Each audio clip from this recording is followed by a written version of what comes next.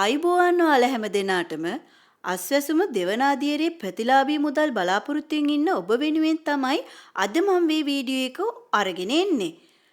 ඉතින් මේ වීඩියෝ එක බලන ඔයා තාම අපව subscribe කරලා නැත්නම් දැන්ම අපව subscribe කරලා all button එකත් click කරලා තියාගන්න කියලා මතක් කරනවා. මම මේ වෙනකොට අස්වැසුම පිළිබඳ ගොඩක් වීඩියෝ ඔබ වෙත අරන් ඇවිත් තියෙනවා. ඒ වගේම ගොඩක් දෙනෙක් අහලා තිබුණා දෙවන අධීරයේ අයට කවද්ද අස්වැසුම ලැබෙන්නේ? ඒ වගේම නම් ලිස්ට් එක සහ බැංකු ගිණුම් සම්බන්ධව ගැටලු ටිකක් අපිට ඉදිරිපත් කරලා තියෙනවා. ගොඩක් අය කියලා තිබුණා අස්වැසුම සඳහා සමීක්ෂණය කරන්න දැනට මාස දෙකකට කලින් ආවා. ඒත් තාම අස්වැසුම සම්බන්ධව කිසිම ප්‍රතිචාරයක් නැහැ කියලා.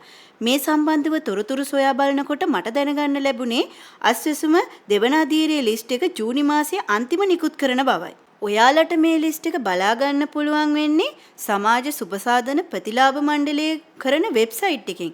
ඒ කියන්නේ WBB කියලා හඳුන්වන්නේ. අන්නේ වෙබ්සයිට් එකෙන් තමයි ඔයාලට මේ සම්බන්ධව තොරතුරු ලබා ගන්න පුළුවන්. ඒ සමහරක් අය ගෙදරට අස්වැසුම් නිලධාරියා පැමිණ සංගරණය කරපු අවස්ථාවේදී ලබා දුන්න QR කේතය සහ ID එක යොදාගෙන WBB වෙබ්සයිට් එකෙන් මේක පරීක්ෂා කරන්න හදනවා.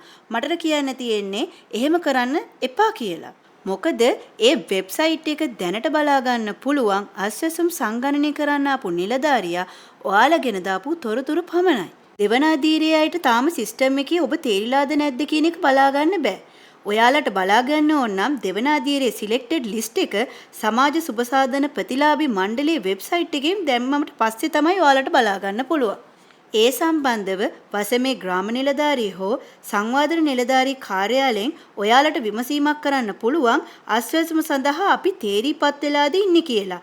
ඒ නිලධාරී හරහාත් ඔයාලට දැනගන්න පුළුවන්. මොකද ඒ අයටත් ඒ ලිස්ට් එක එනවා. ඒ නිසා ඔයාලට කියන්න තියෙන්නේ අතේ QR කෝඩ් එක තිබුණා කියලා දැම්මම වෙබ්සයිට් එකෙන් බලන්න යන්න එපා.